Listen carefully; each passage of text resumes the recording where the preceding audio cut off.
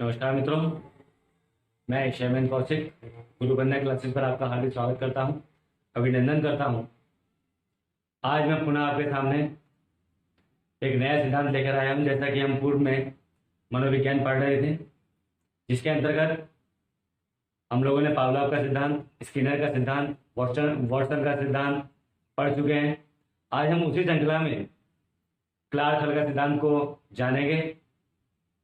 कब इसका प्रतिपादन हुआ, कौन सी इन्होंने पुस्तक लिखी है, सब कुछ विस्तार से चर्चा करने वाले हैं। क्लार्क हल का सिद्धांत अति महत्वपूर्ण सिद्धांत है, क्योंकि इस सिद्धांत से 2 से 3 क्वेश्चन हमारे एग्जाम्स के अंदर बनते हैं। तो चलिए चर्चा करते हैं किसकी, क्लार्क हल के सिद्धांत की। क्लार्क हल ने कौन सा सिद्धांत लिखा था? पुनर्वलन का सिद्धांत। पुनः बलन का सिद्धांत ये क्लार्क हल के द्वारा दिया गया है।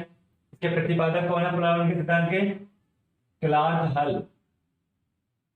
क्लार्क हल कब प्रतिपादन हुआ? 1915 में। कब प्रतिपादन हुआ इसका? 1915 में। क्या हुआ था प्रतिपादन? क्लार्क हल ने एक पुस्तक लिखी थी। क्या नाम था उस पुस्तक का? Principle of behaviour. Principle of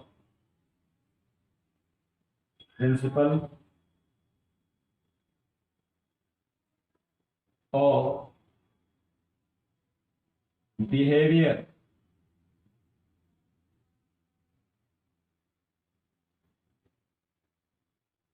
principle of behaviour इनकी पुस्तक का नाम है। किसकी? क्लार्क हल की। क्या है ये? पुस्तक है जिसका इन्होंने प्रतिपादन किया था। ठीक है, तो यहां से कौन कौन से क्वेश्चंस बन सकते हैं आपके एग्जाम्स में? पुनर्वलन का सिद्धांत किसने दिया? क्लार्क हल ने दिया। इन्होंने कौन सी पुस्तक लिखी? द प्रिंसिपल ऑफ बिहेवियर लिखी। कब प्रतिपादन किया? 1915 में किया था। तो ये 3 चीजें हमारी अति महत्वपूर्ण हैं। ठीक है, किसका सिद्धांत, कौन से सिद्धांत का प्रतिपादन इन्होंने किया था? पुनर्वलन के सिद्धांत का प्रतिपादन इन्होंने किया था। कब किया था? 1915 में किया था। कौन सी पुस्तक लिखी थी? द प्रिंसिपल ऑफ बिहेवियर इनकी पुस्तक का नाम है। तो ये जो 3 चीजें हैं अति महत्वपूर्ण है एग्जाम की दृष्टि से। अब जान लेते हैं क्या पुनर्वलन का सिद्धांत को किन किन नामों से जाना जाता है। तो पुनर्वलन का सिद्धांत है, इसके उपनाम क्या क्या है, चलिए जानते हैं इनको। पुनर्वलन के सिद्धांत के उपनाम। पुनर्वलन सिद्धांत के कौन कौन से वो उपनाम हैं जिन्हें हम जानते हैं? किसके द्वारा दिया गया था पुनर्वलन का सिद्धांत? क्लार्क हल के द्वारा दिया गया था। नंबर 1 प्रवलन का सिद्धांत।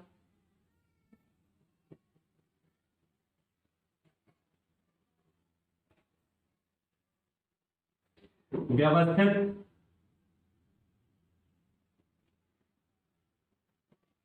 व्यवस्थित व्यवहार का सिद्धांत।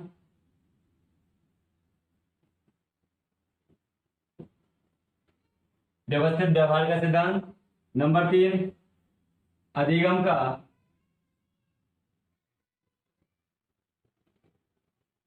क्रमबद्ध सिद्धांत।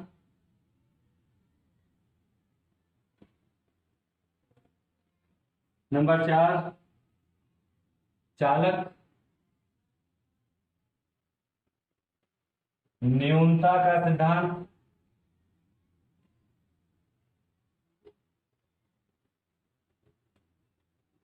नंबर 5 आवश्यकता का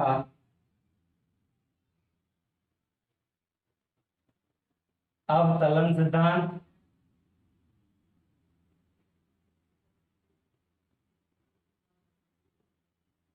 नंबर 6 अधिगम का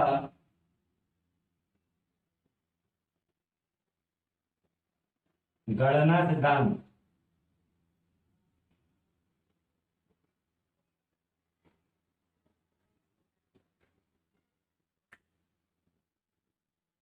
ये वो 6 प्रकार के सिद्धांत हैं। कितने? 6 प्रकार के सिद्धांत हैं। किसके? पुनर्वलन के सिद्धांत के उपनाम है ये। किसके उपनाम है? पुनर्वलन सिद्धांत के उपनाम हैं। कौन कौन से हैं? प्रबलन का सिद्धांत, व्यवस्थित व्यवहार का सिद्धांत, अधिगम का क्रमबद्ध सिद्धांत, चालक न्यूनता का सिद्धांत, आवश्यकता का अवतलन सिद्धांत और अधिगम का गणना सिद्धांत। ये वो 6 प्रकार हैं जिनको एग्जाम्स में पूछा जाता है। चाहे वो आपसे प्रबलन का सिद्धांत पूछे, चाहे वो आपसे व्यवस्थित व्यवहारिक का सिद्धांत पूछे, चाहे आपसे किसी का भी सिद्धांत पूछे, किसके हैं सबके सब ये? क्लार्क हल। कौन है इसके? क्लार्क हल है। अगर आपसे पूछ ले एग्जाम में प्रबलन सिद्धांत किसका है, तो आप कहेंगे क्लार्क हल का है। चालक न्यूनता का सिद्धांत किसका है, तो भी आप कहेंगे क्लार्क हल का सिद्धांत है। आवश्यकता का अधिगम सिद्धांत किसका है? क्लार्क हल का है। अधिगम का गणना सिद्धांत किसका है? क्लार्क हल का है।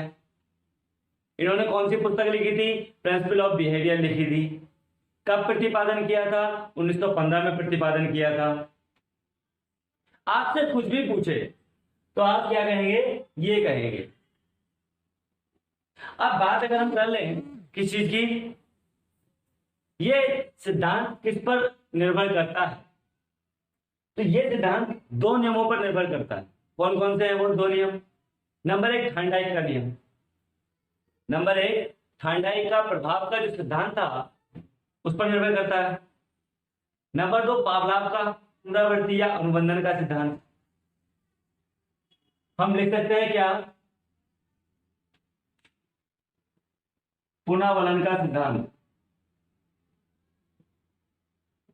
पुनर्वलन का सिद्धांत। क्लार्क हल का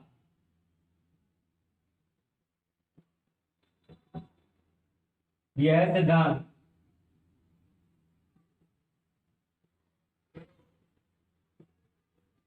थॉर्नडाइक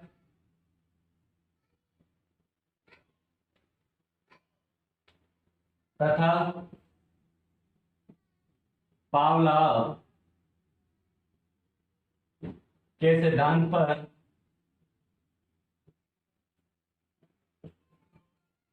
निर्भर करता है। कौन कौन से वो सिद्धांत हैं? एक तो थॉर्नडाइक का सिद्धांत है और दूसरा पावलाव का सिद्धांत है।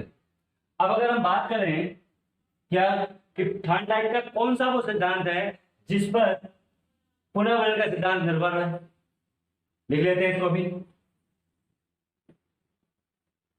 थॉर्नडाइक का प्रभाव का सिद्धांत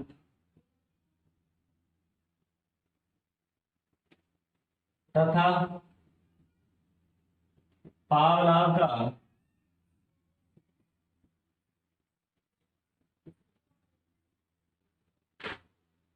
पुनरावृत्ति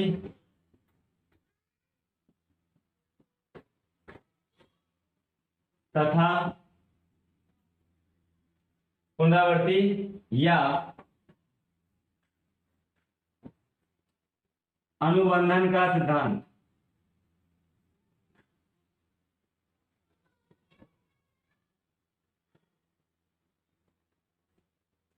पर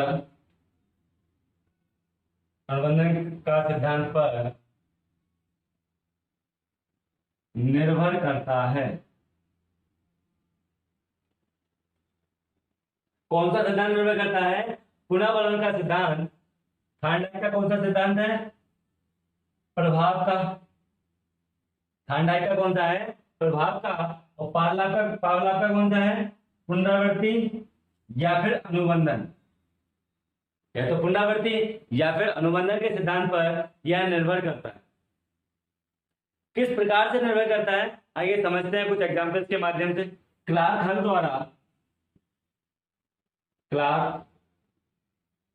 हल द्वारा आवश्यकता की पूर्ति पर सर्वाधिक बल दिया गया है।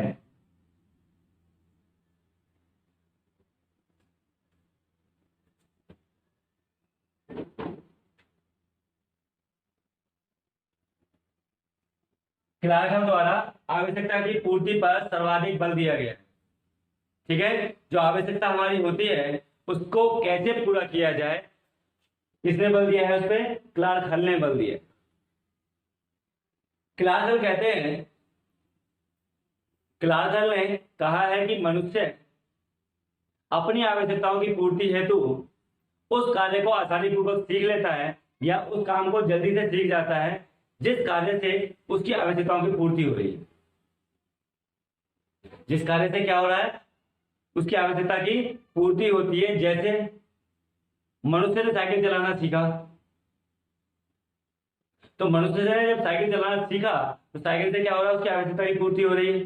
क्यों? क्योंकि जब वो दूर बाजार तक पैदल पैदल जाता था तो उसे लगता था कि बहुत दूर पड़ रहा है बाजार, मुझे बाजार क्या है, मेरे घर से बहुत ज्यादा दूर है, और मेरी आवश्यकता क्या है, अगर मैं साइकिल चलाना सीख लूं तो शीघ्र ही क्या हो जाएगा, बाजार तक पहुंचा जा सकता है। तो मनुष्य ने क्या किया? साइकिल चलाना शीघ्र ही सीख लिया, तो वो क्या हो गई? उसकी आवश्यकता हो गई। लिख सकते हैं इसको,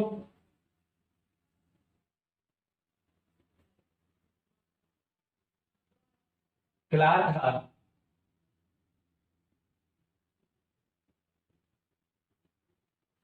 मनुष्य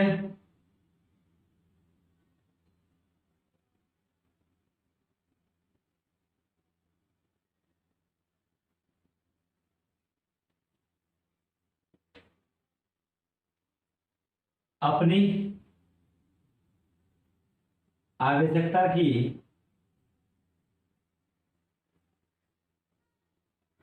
पूर्ति हेतु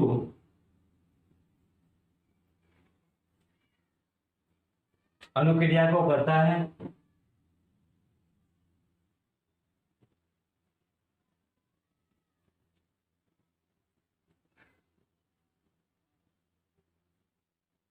और जिस तत्व से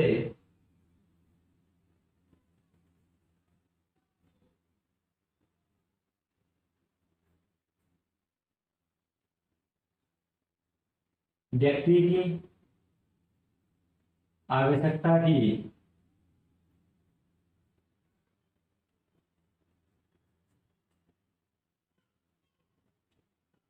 पूर्ति होती है, पूर्ति होती हो, उसे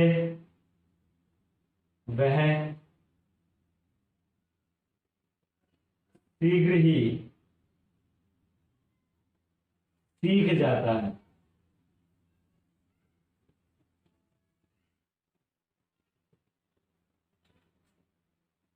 क्या बताया गया है? जैसा कि अभी मैंने बताया था, क्लार्क हल के अनुसार मनुष्य अपनी आवश्यकताओं की पूर्ति हेतु अनुक्रिया को करता है। क्लार्क हल के अनुसार मनुष्य जो भी कुछ सीखना चाहता है उसकी क्रिया को करता है, और जो उसके काम की वस्तु होती है उसे क्या कर लेता है? वो शीघ्र ही सीख लेता है। क्लार्क हल के अनुसार अगर हम बात करें तो मनुष्य की जो आवश्यकताएं हैं वो कभी भी समाप्त नहीं होती। मनुष्य क्या करता है? हमेशा नई चीज को सीखने का प्रयास करता है, कुछ ना कुछ नया करने का प्रयास करता है। यदि उस बीच में उसको पुनः बलन दे दिया जाए, यदि उसके दौरान उसको पुनः बलन दे दिया जाए तो जो वो कर रहा है वो क्या हो जाता है? वो स्थायी में परिवर्तित हो जाता है। एग्जाम्पल देते हैं, आप लोग मैथ करते हैं, क्या करते हैं? सवालों को निकालते हैं। टीचर्स ने सवाल को समझा दिया, अब उन सवालों को जो समझा आपने घर जाके किया ही नहीं, घर जाने के बाद वो नहीं कर रहे हो आप। जब तक उन सवालों को आप खुद नहीं करोगे तब तक वो जो सवाल आपने सीखे हैं या टीचर द्वारा सिखाए गए हैं वो स्थायी नहीं हो सकते। सेम यहीं पे काम करता है क्या? क्लार्क हल का नियम, पुनर्वलन का सिद्धांत। क्लार्क हल का कौन सा नियम है? पुनर्वलन का सिद्धांत। किसी भी कार्य को करते हैं तो उसको स्थायित्व में लाने के लिए हमें प्रयास करना पड़ेगा। लिख सकते हैं, क्लार्क हल के अनुसार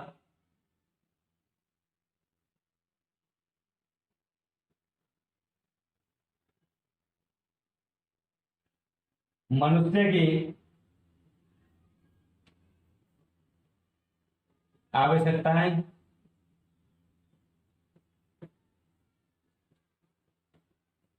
कभी भी समाप्त नहीं होती हैं।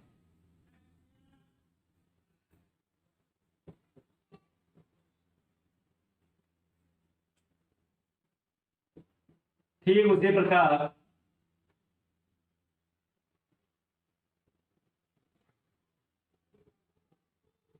जिस प्रकार मनुष्य की सीखने की प्रक्रिया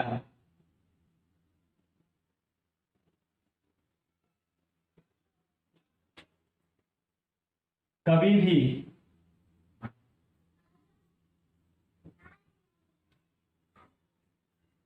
समाप्त नहीं होती है।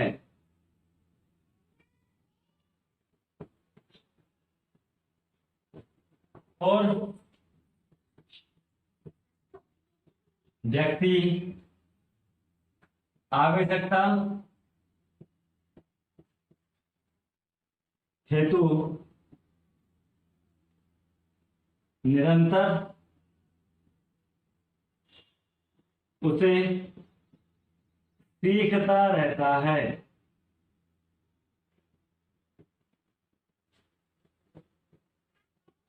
और यदि उसे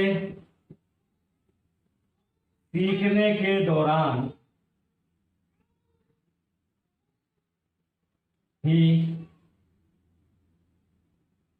पुनर्वलन प्रदान कर दिया जाए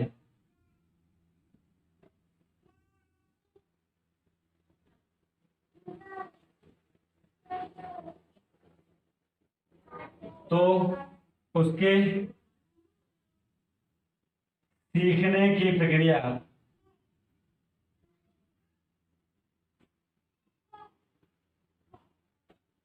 स्थायी हो जाती है।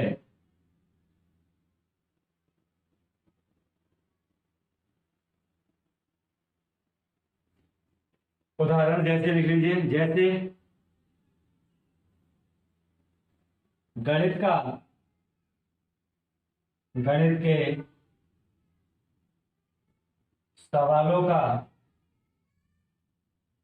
बार बार अभ्यास करना।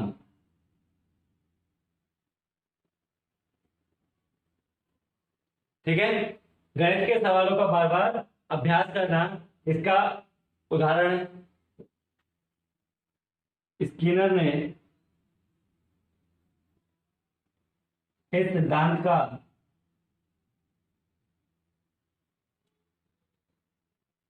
समर्थन करते हुए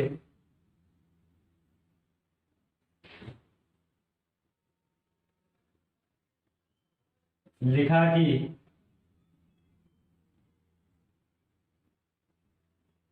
यह आज तक का अधिगम का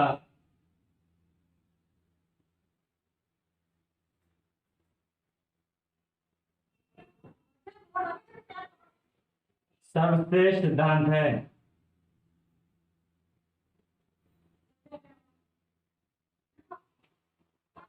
स्किनर ने क्या किया, इस सिद्धांत को समर्थन दिया। स्किनर के अनुसार, स्किनर ने कहा कि यह आज तक का अधिगम का सबसे सर्वश्रेष्ठ सिद्धांत है। क्यों है सर्वश्रेष्ठ सिद्धांत? क्योंकि इसमें पुनः फलन पर अधिक बल दिया गया है। किसने दिया है? क्लार्क हल ने दिया। उन्होंने बताया कि किसी भी कार्य को करने के बाद हमें उसे क्या करना चाहिए?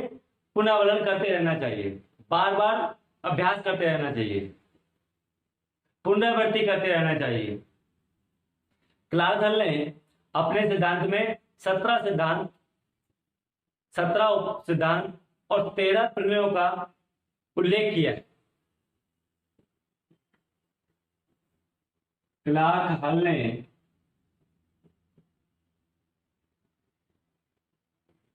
अपने सिद्धांत का प्रतिपादन करने हेतु 17 सिद्धांत, 17 उपसिद्धांत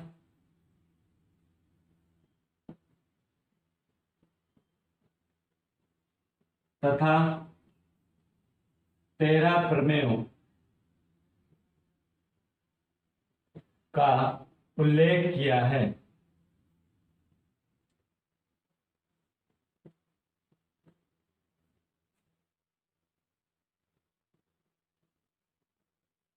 अब आपसे क्या पूछ लेता है, क्लार्क हल ने कितने सिद्धांत दिए, तो आप क्या कहेंगे, 17 सिद्धांत दिए।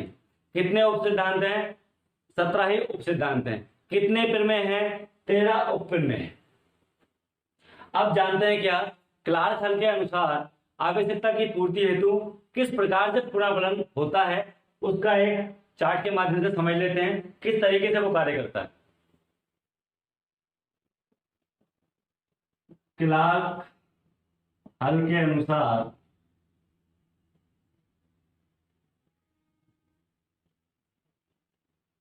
पुनर्वलन की प्रक्रिया,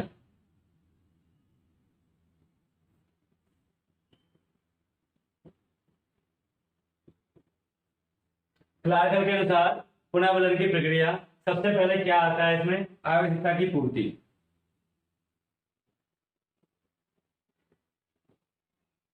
आवश्यकता की पूर्ति ये दो भागों में बांटी गई, शारीरिक आवश्यकता और मानसिक आवश्यकता। शारीरिक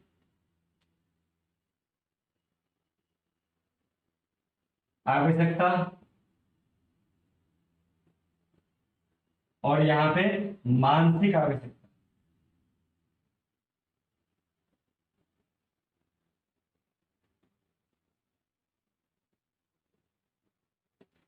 अब जब ये इधर पहुंची तो ये क्या बन गया, या तो प्रबोधन में परिवर्तित हो गई या फिर चालक में परिवर्तित हो गई। इसको क्या बोलते हैं हम, प्रबोधन, या तो हम इसको प्रबोधन बोल सकते हैं या फिर चालक बोल सकते हैं। क्या बोल सकते हैं, चालक बोल सकते हैं। अब ये चालक आगे आ गया, चालक किसमें परिवर्तित होता है, चालक से हमें अभिप्रेरणा मिली। क्या मिली, अभिप्रेरणा। चालक से क्या मिली, अभिप्रेरणा मिली। अभिप्रेरणा के बाद हमने क्या किया, अनुक्रिया करी। क्या की, अनुक्रिया की। अनुक्रिया करने के बाद हमें क्या मिला, बाधा उत्पन्न हुई। क्या उत्पन्न हुई, बाधा। बाधा से क्या बना, मानसिक तनाव बना। कौन सा बना, तनाव बना। तनाव के बाद क्या आया, तनाव के बाद पुनर्वलन आया, यानी कि उस काम को हमने क्या किया, दोबारा से किया। ठीक है, तनाव के बाद पुनर्वलन आया। पुनर्वलन के बाद क्या आता है आपका, उद्देश्य की प्राप्ति हुई। उद्देश्य की प्राप्ति। फिर क्या हुआ, अधिगम प्रभावी हो गया। अधिगम प्रभावी हुआ। अब इसको समझ लीजिए कैसे कैसे क्या क्या कार्य करता है। सबसे पहले हमारा क्या आया, आवश्यकता की पूर्ति आई। आवश्यकता की पूर्ति को हमने दो भागों में विभाजित किया। एक था शारीरिक आवश्यकता, जो हमारे शरीर की जितनी भी आवश्यकताएं होती हैं, चाहे वो भोजन से रिलेटेड हो, चाहे वो खाने से पीने से, कैसी भी आवश्यकता हो, जो भी शरीर की शारीरिक आवश्यकता होगी वो कहाँ से बनेगी, शारीरिक आवश्यकता में के अंतर्गत आती है। उसके बाद मानसिक आवश्यकता, मनुष्य की मानसिकता कैसी है, मानसिक किस प्रकार से आवश्यकता हमारा कर रहा है, मन हमारा क्या कर रहा है, किस काम को कर रहा है, वो किस में आया, मानसिक आवश्यकता के अंतर्गत आया। इन दोनों को जोड़ने के बाद, इन दोनों को जब हमने मर्ज किया तो क्या बन गया, वो चालक बन गया या फिर प्रबोधन बन गया। क्या बना, प्रबोधन बन गया या फिर चालक बन गया। चालक किस प्रकार से कार्य करता है? चालक ने हमें क्या दिया? अभिप्रेरित किया। चालक ने क्या किया? हमें अभिप्रेरित किया। जिस प्रकार से आपने देखा होगा कोई ना कोई मनुष्य किसी न किसी से क्या होता है? अभिप्रेरित होता है। कोई आदमी ये सोचता है कि बोले भाई नहीं मुझे ये इस तरीके से बनना है, या किसी ने अपने मन में सोचा कि किसी डीएम को देखा या एसपी को देखा, अब उसने क्या ले लिया? मन में दृढ़ निश्चय ले लिया, अभिप्रेरणा उससे मिल गई कि मुझे एक दिन ऐसा ही बनना है, तो वो क्या होगा? अभिप्रेरणा होगा। ठीक है। इसके बाद अनुक्रिया, वहां से उसने क्या किया? अभिप्रेरणा लेने के बाद क्रिया को करना शुरू कर दिया। जो भी हम कार्य करते हैं वो क्या कहता है? अनुक्रिया कहलाती है। अनुक्रिया जब हमने करनी स्टार्ट की तो हमें क्या मिली? उसमें बहुत सारी बाधाएं आई। बहुत सारी क्या आई? बाधा शुरू हो गई। मान लीजिए मैं यहाँ पे आपको कुछ सम्स करा रहा हूँ, गणित के सम्स करा रहा हूँ। अब सम्स में क्या होता है? मेरा पेन टूट जाता है या पेन मेरा खत्म हो जाता है, तो वो क्या हो गई? एक तरह की बाधा उत्पन्न हो गई। उसके बाद जब वो बाधा उत्पन्न हुई तो हमें क्या हुआ? मानसिक तनाव हुआ। कौन सा तनाव हुआ? मानसिक तनाव हुआ। यहां से तनाव हुआ। तनाव के बाद हमने क्या डिसीजन लिया? हमने ये सोचा क्यों ना हम अपना पुनर्वलन स्टार्ट करें। उसी कार्य को हमने क्या किया? बार बार करना शुरू किया। वो किसके अंतर्गत आएगा? पुनर्वलन के अंतर्गत आएगा। अब जब पुनर्वलन कोई भी मनुष्य बार बार करता रहेगा किसी भी कार्य को, तो क्या होगा? उद्देश्य की प्राप्ति होना स्वाभाविक है। यदि आप गणित के सवालों को बार बार करते रहेंगे, प्रयास करते रहेंगे, तो क्या होगा? आपको सवाल आना स्वाभाविक है। आपको क्या आ जाएंगे? गणित आ जाएगी, अंग्रेजी बोलनी आ जाएगी। तो वो क्या होगा? एक समय ऐसा आया जब हमारी क्या हो गई? उद्देश्य की प्राप्ति हो गई। और फिर क्या होता है? हमारा जो अधिगम है, यानी कि जो सीखने की कला है या सीखने की प्रक्रिया है, वो क्या हो जाती है? उसके ऊपर प्रभावी हो जाती है या फिर हावी हो जाती है, और हम क्या करते हैं? उस कार्य को सीख जाते हैं। तो ये था आपका क्लार्क हल का सिद्धांत। आई होप कि आप लोगों को, सभी लोगों को अच्छे से समझ में आया होगा। कल पुनः नए सिद्धांत के साथ मैं आपके सामने प्रस्तुत होऊंगा। तब तक के लिए जय हिंद, जय भारत।